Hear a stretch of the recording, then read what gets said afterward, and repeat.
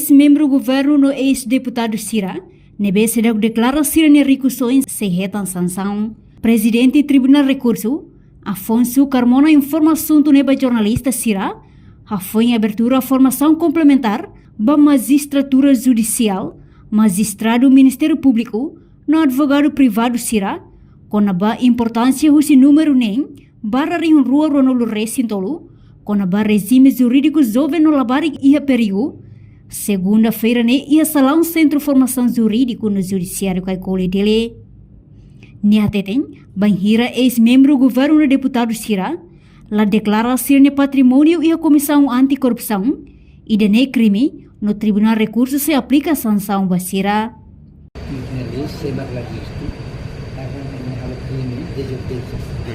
Criminal público todos estão ligados indica sem maxilar.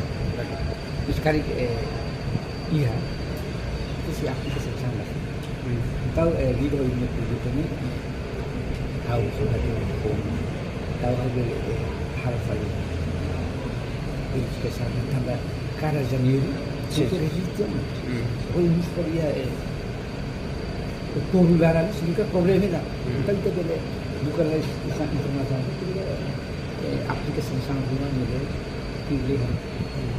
Karena tidak kata dulu ini, maybe intention ini, ini boleh tu ajudan awal dia yang baru ini, tapi ini lah sudah ada opsi opsi top ada tambah ini baru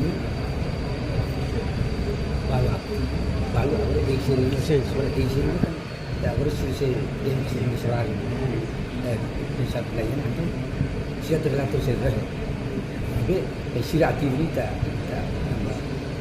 ya mudança número ministro número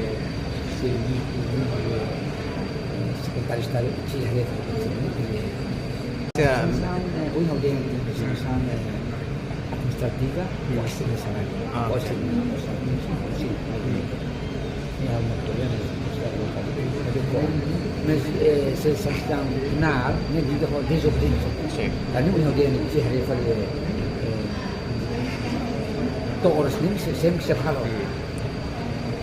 Wanhira ex-membro governo Sira, nebe makla resisto, mak tribunal se aplica sanção administrativo basira, hodiko asir na salário por cento ruanolo resin lima.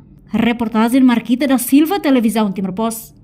Janela informação ba emohoto. Atua tem informação atual dia kliu. Kita haluha. Haneham botão subscribe, like. Halo comentário no fahe tutang ba media sosial hotu.